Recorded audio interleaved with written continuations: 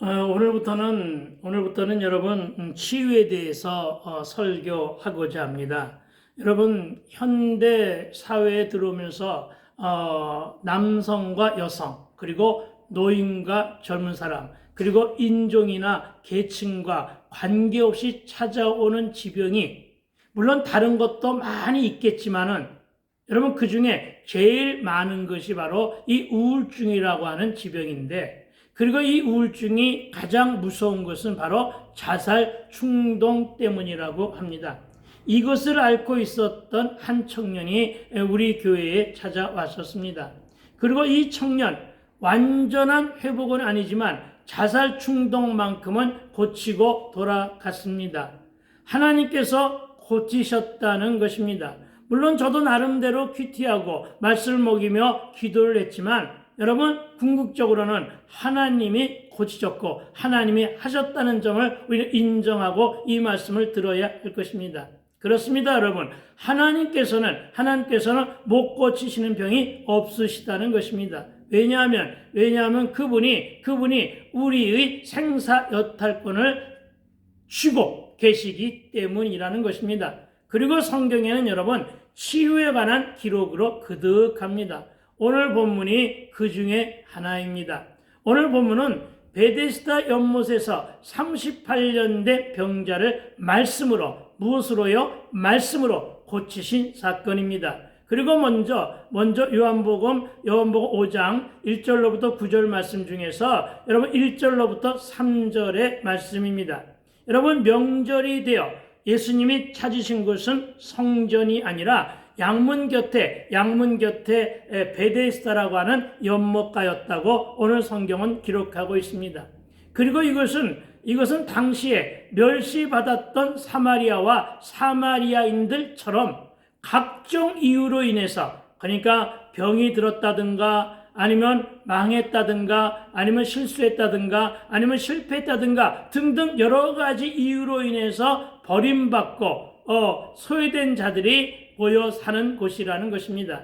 게다가 여러분 예전에는 불치병에 걸린 자들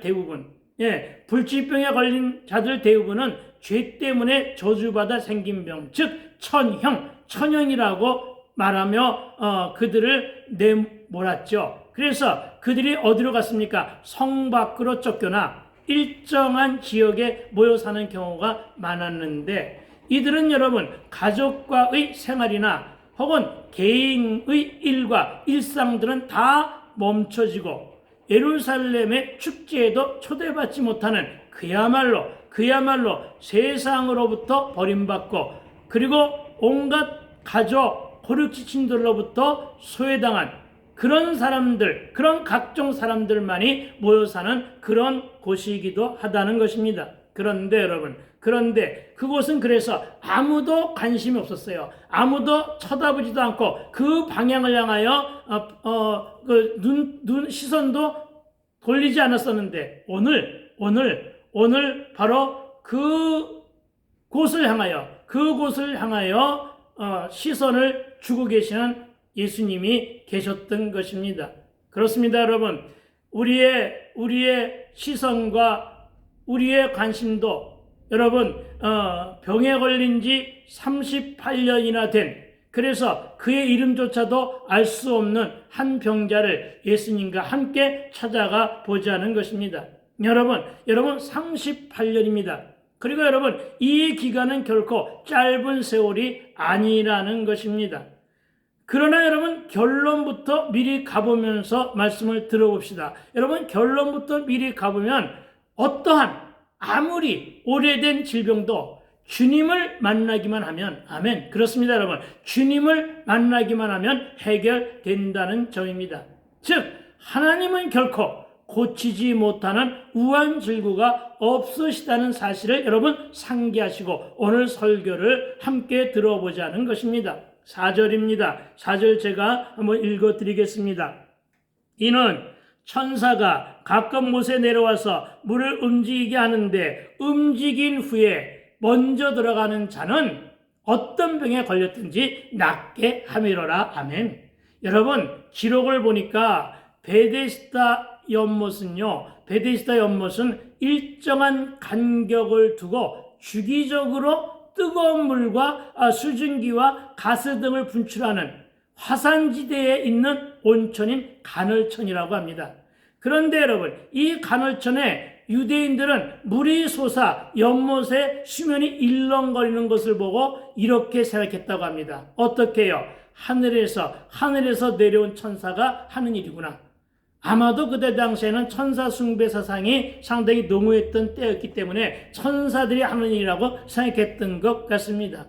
어쨌든 하늘에서 내려온 천사가 하는 일이라고 여기고 남들보다 내가 먼저 그 못에 먼저 들어가면 병고침을 받는다는 유래가 전설로 내려오는 것이라는 것입니다. 그러나 여러분, 이런 이야기는 전설이나 민담 정도인지라 믿을 만한 것은 못 되지만, 다만 여기서 우리가 주목하여 해석해야 할 것은 참으로 인간은 스스로 자력으로는 아무도 구원받을 수 없다는 사실과, 특히 38년 된 병자에게는 스스로 무엇을 할 수 있는 아무런 힘도, 심지어는 베데스다 연못에 스스로 기어서 혹은 굴러서 혹은 여러 가지 방법을 통해서 들어갈 만한 최소한의 힘이나 능력도 없는 아주 절망적인 상태를 시사하고 있다는 것입니다. 그리고 또 하나의 영적인 의미로는 여러분, 이 베데스다 연못은 예수님을 모르는 세상의 축소판이라 할 수 있을 것입니다.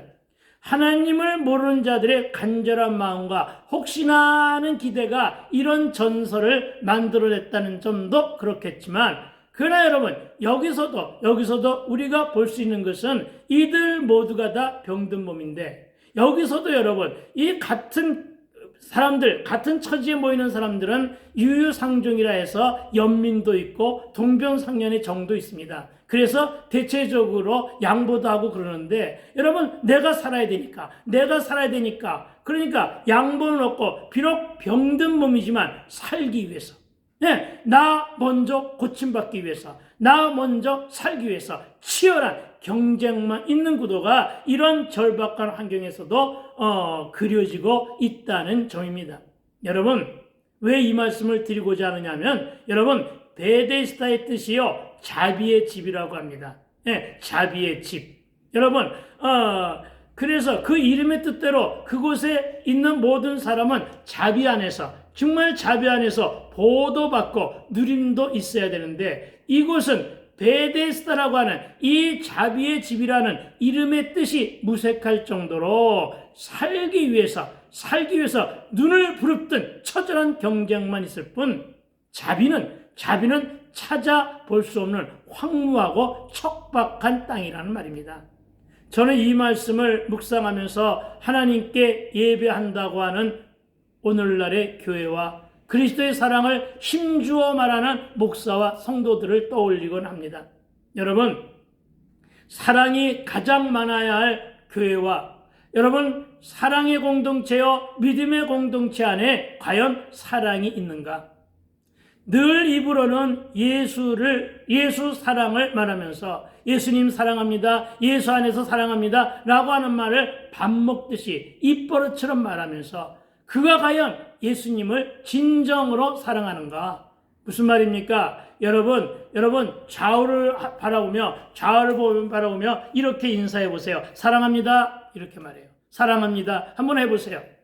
그리고 여러분, 자신에게 한번 반문해 보세요. 내 안에 진정 사랑이 있어서 사랑합니다 했는가? 아니면 목사가 사랑합니다 라고 말하라고 시키니까 그냥 무의식 중에 순종 안 할 수는 없고, 그래서 그냥 무의식 중에 따라한 것은 아닌가 반문해 보라는 것입니다. 여러분, 무슨 말인지 아시겠습니까? 여러분, 이름 뜻만 좋다고 삶도 그렇게 사는 것은 아니더라는 것을 말하고자 하는 것입니다. 그리고 여러분, 베데스다 연못은 물이 동할 때 가장 먼저 뛰어든 사람이 병이 낫는다는 이 속설과 미신에만 기대어 연명하는 공간이기도 하다는 것입니다. 병들어 마지막 기대와 희망을 걸고 찾은 곳이기는 하지만 깊은 절망만 확인하게 하는 타락한 장소가 베데스다 연못 근처였다는 것입니다. 여러분, 우리의 간절함으로 오랜 소망을 이룰 수도 있지만 때로는 이것이 우리를 더 깊은 절망으로 몰아넣기도 하다는 사실을 믿어야 할 것입니다. 여러분, 제가 무슨 말을 하고 싶은 것이냐면 예수 사랑 없이는 주를 믿는 믿음이 없이는 모두가 다 이렇게 된다는 것입니다. 그러니까 베데스다 연못뿐이 아니라 베데스다 주변에 있는 사람들이 살기 위해서는 연못이 일렁거려야 되는 것이 아니라 예수님이 오셔야 된다는 거예요. 예수님이 시선을 이곳에 멈추셔야 된다는 거예요. 여러분, 이 말을 하고자 하는 것입니다. 여러분, 그리고 5절에서 38년 된 병자가 소개됩니다. 여러분, 병이 38년이 되었다는 것은 매우 위중하다는 것과 불치병으로 인해 홀로 버려졌음을 뜻합니다. 여러분, 그의 형편을 미루어 짐작해 봅시다. 오랜 병입니다. 오랜 병 때문에 가산이 아마 다 탕진됐을 것입니다.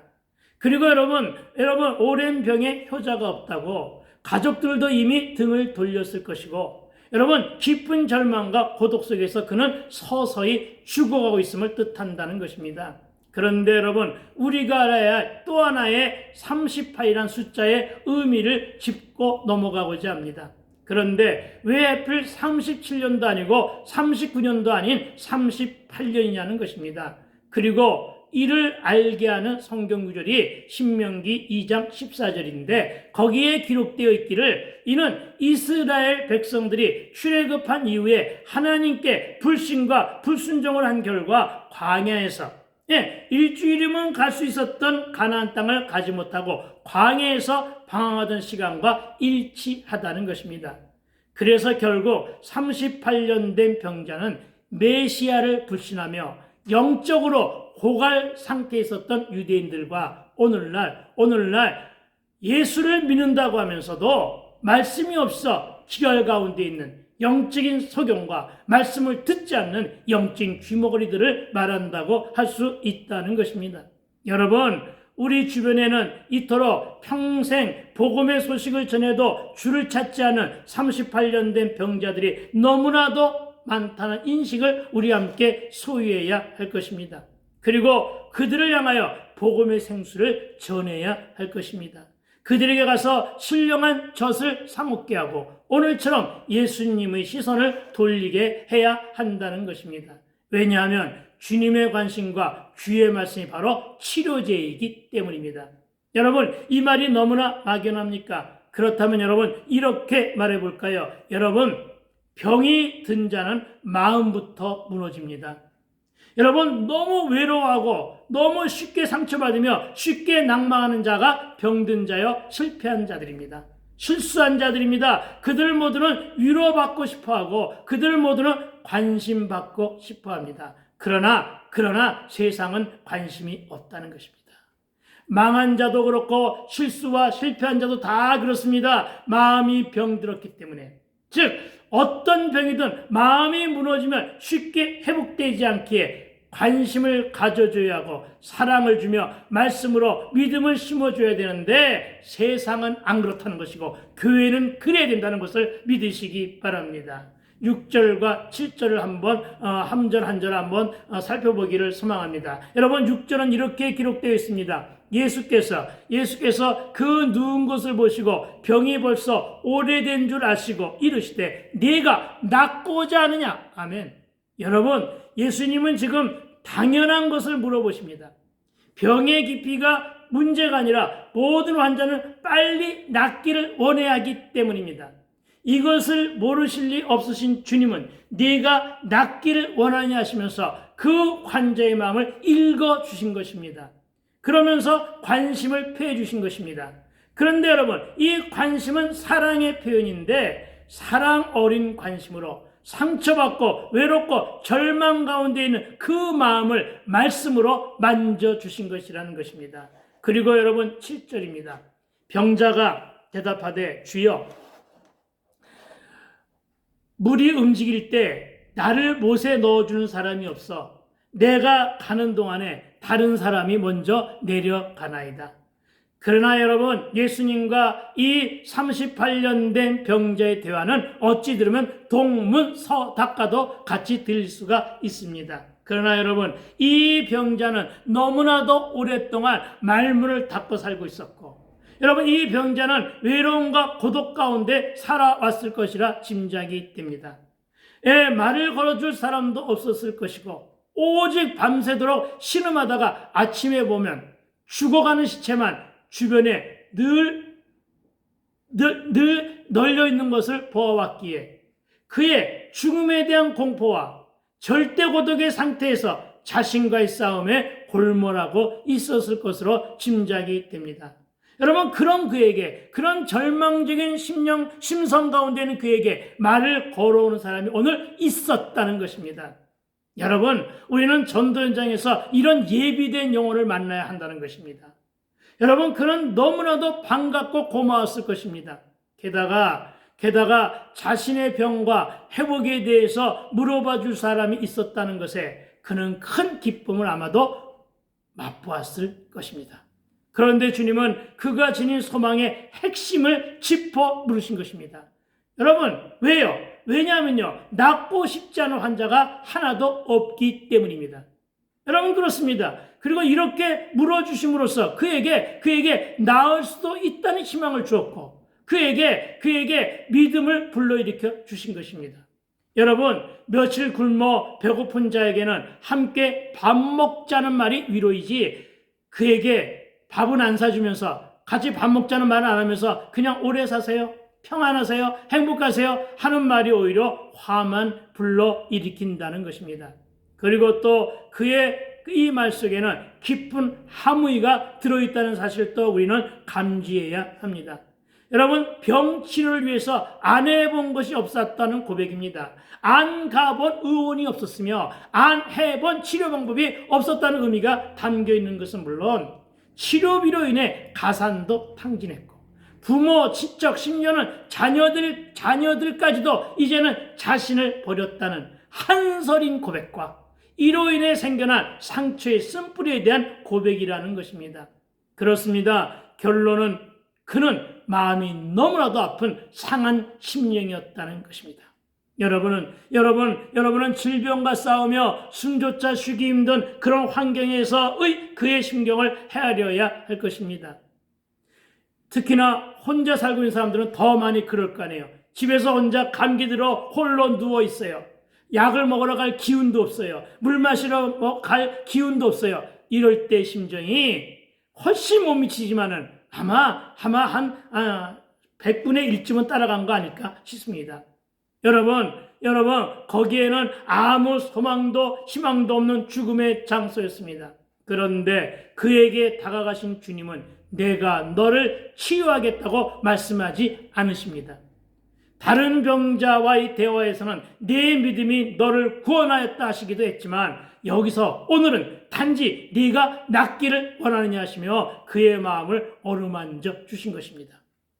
고독으로 차가워지고 세상과 단절됨으로 냉정하게 식었고 세상 속에서 버려졌다는 상처만으로 덧입혀진 그의 마음을 만져주신 말씀이 네가 낫기를 원하느냐 했던 것입니다. 그러나 여러분 낫기를 원하느냐 하시는 이 말씀 속에는 네가 나을 수도 있다는 말이 함축된 것으로 들립니다. 절망적으로 낙담한 가운데 있었던 병자에게 삶의 소망을 불어넣어 주신 것입니다. 그래서 환자가 가장 듣고 싶어하는 너도 살 수 있다는 주의 음성, 그의 말씀이 그를 살리게 된 것이란 뜻입니다. 그리고 예수님은 그가 요청하지도 간절하게 매달리지도 않았음에도 불구하고 그를 치유하십니다. 그래서 잠깐 이 38년 된 환자의 경우를 우리네 삶에다가 저와 여러분의 삶에다가 한번 적용시켜 보자는 것입니다. 여러분 대개의 사람들이 다 그렇지요. 어떻게 해요?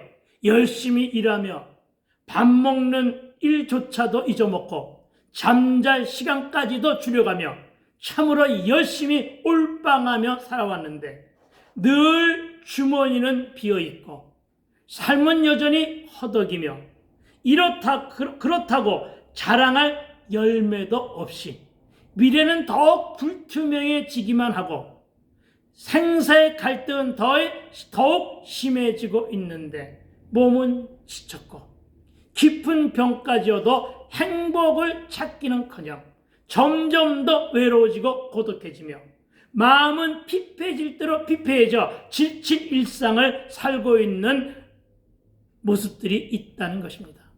여러분, 이 모습이 혹시 열심히 살아온 저와 여러분의 모습은 아닌가 하는 것입니다. 여러분, 정도의 차이는 있을망정 거의 유사하지는 않는가 하는 것입니다. 여러분, 우리의 이런 모습이 바로 38년 된 병자로 연못가에 버려진 처량한 신세라는 것입니다. 그렇다면 여러분, 어찌해야 할까요? 과연 해결 방법은 없나요? 여러분, 해결 방법은요,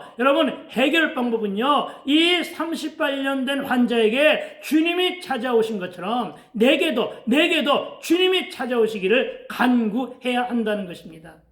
그렇습니다, 여러분. 해결 방법은 주님이 내 안에 오셔야 합니다. 그리고 주님이 나를 만나주시고, 이런 주님이 나에게 오셔서 우리에게도 이렇게 물어주시기를 원해야 됩니다. 네가 낫기를 원하느냐? 네가 지금보다 질 좋은 삶을 살기를 원하느냐?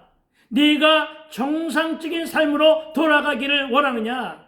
여러분, 주님은 우리에게도 이 38년 된 환자에게처럼 분명히 이렇게 물으실 것인데, 여러분, 만일에 그런 질문을 받았다면 여러분, 저와 여러분은 진실함으로 솔직히 고백해야 될 줄로 믿습니다. 주님, 세상 사람들 아무도 나를 도와주지 않았는데, 아니 외면까지 했는데, 여러분, 가족은 물론이요, 주님, 가족은 물론이요, 고려 지친까지도 나를 외면했는데, 주님이시라면 저를 도와주시고 살려줄 줄로 믿습니다. 여러분, 이렇게 고백하세요. 주여 고쳐주소서. 주여 진정 해결받기를 원합니다. 주여 진정 풀려지고 뚫려지며 열리기를 원합니다. 여러분, 이렇게 고백하며 매달려 보라는 것입니다. 주님, 나 장가 좀 가야겠는데 모아놓은 돈도요, 집도 없어요. 주님, 이런 나를 불쌍히 여기소서. 이렇게 말입니다. 여러분, 이것이 바로 예배이고 이것이 기도이기 때문입니다. 그러니까 여러분이 먼저 주를 영접하여 내 안에 받아들이시고 예배를 회복하며 예수님께 내 병든 몸을, 내 지친 몸을, 내 상한 심령을 있는 그대로 보여드리고 내 지친 마음과 만신창이 된 나를 주 앞에 내려놓고 간구하세요. 그리하면 8절의 말씀을 응답으로 듣게 될 것입니다. 8절입니다. 예수께서 이르시되 일어나 네 자리를 들고 걸어가라 하시니. 아멘. 여러분, 예수님의 말씀은 의외로 간단합니다. 아니, 다른 자를 치유하실 때도 늘 그랬습니다. 그러나 여러분, 이 말씀은 그야말로 능력이 있고 권세가 있었으며 창조주의 권능 있는 말씀이었다는 것입니다. 전지전능하심으로 선포된 이 말씀은 네 자리를 들고 걸어가라는 명령이요 선포였다는 것입니다. 여러분, 그렇습니다. 있으라 하면 있고, 가라 하면 가고, 드러나라고 하면 드러나고, 그 모양과 형체가 드러나는 것이 창조주의 권능 있는 말씀으로 세상을 창조하셨다는 사실을 믿으시기 바랍니다. 나는 저와 여러분이 이 말씀을 알아듣게 되기를 주의 이름으로 축원합니다. 이 말씀과 이 같은 명령은 오늘 죄의 자리에서 다만 죽음만을 향해 행진해 가고 있는 우리를 향해 주신 명령입니다. 즉, 주님은 오늘 우리에게 죄의 자리에서 일어나라 하십니다. 내 자리를 들고 걸어가라. 이 말씀은 내 직분, 내 사명을 들고 그 길로 갈지어다 하시는 말씀으로 들어야 한다는 것입니다. 내 자리를 들고 걸어가라 하시는 이 말씀을 돌이켜서 옳은 길로 마음을 바꾸고, 어떻게 하라고요? 돌이켜서 옳은 길로 마음을 바꾸고 발상의 전환을 통해서 순종하라는 말씀으로 들려야 한다는 것입니다. 나는 안 돼, 내가 무엇을 할 수 있겠어 하는 부정적인 말을 돌이켜 긍정으로 바꾸고, 절망을 희망으로 바꾸고, 낙담을 새 소망으로 바꾸고, 오래되고 거짓된 마음에 새로운 마음을, 그렇습니다 여러분, 새로운 마음, 새 소망의 마음을 품으라는 말씀입니다. 그리고 이 말씀에 순종하면 그대로 이루어지는 역사가 일어난다는 것입니다. 좌우를 돌아보시면서 이렇게 축복합시다. 그대로 이루어지는 역사를 체험하기를 축원합니다. 아멘. 여러분, 내가 마음을 열고 내가 변하면 역사가 일어납니다. 그렇습니다. 말씀이 언제 능력으로 나타난다고 했습니까? 들은 말씀으로 적용하여 결단하고 실천으로 순종했을 때, 즉 말씀으로 살려고 했을 때 구절의 역사가 일어남을 믿게 되기를 축원합니다. 그리고 구절은 이렇게 말합니다. 그 사람이 곧 나아서, 아멘. 여러분, 38년 된 병자가 어떻게 했다고요? 곧 나았다고 하잖아요. 그 사람이 곧 나아서 자리를 들고 걸어가니라. 아멘. 여러분, 꼼짝도 할 수 없었던 환자가 자리를 들고 집으로 갔다는 것은 치유이고 회복이며 한 번도 경험해보지 못한, 그야말로 한 번도 경험해보지 못한 기적의 역사라는 것입니다. 아멘. 나는 저와 여러분에게도 이런 치유와 회복의 축복이 기적처럼 일어나게 되기를 선포합니다. 하나님의 놀라운 은총이 없이는 우리 안에 있는 어떤 능력으로도 이 명령은 지킬 수 없었을 것입니다. 특히 그가 38년 된 병자로 스스로 일어설 수가 없는 치명적인 상태와 환경이었습니다. 게다가 무능력한 인간에게는 그런 능력이 없었기 때문입니다. 때문에 우리는 다시 한번 주님을 강하게 붙들어야 한다는 것입니다. 진정으로 우리의 영육이 치유되었다는 증거는 우리가 일어나서 스스로 걷게 될 때 온전해짐을 믿으시라는 것입니다. 그러나 우리가 주 안에 붙들리고 강한 믿음을 소유하며 순종할 때, 강한 믿음을 소유하며 순종할 때 어떤 불확실한 일이라도 불가능한 상태요, 도저히 상상할 수 없는 비현실적인 일이라고 해도 우리로 걷게 하는, 아니 다시 일어나 걸을 수 있는 기적은 있다는 것입니다. 그리스도께서 우리의 영적인 질병들을 치유하시고 우리를 당신이 원하시는 곳으로 보내시고 우리를 인도하시고 우리를 이끄시며 우리 앞에서 행하심을 믿고 주만 의지하는 저와 여러분이 되기를 축원합니다. 그렇습니다. 그러니 이제 우리는 결단들을 해야 합니다. 그동안은 나 살자고 그렇게도 많은 시간, 많은 세월을 올빵했는데 그러나 얻은 것은 지친 몸과 병든 몸뿐이니 이제는 주님께 올빵에 부는 결단을 하자는 것입니다.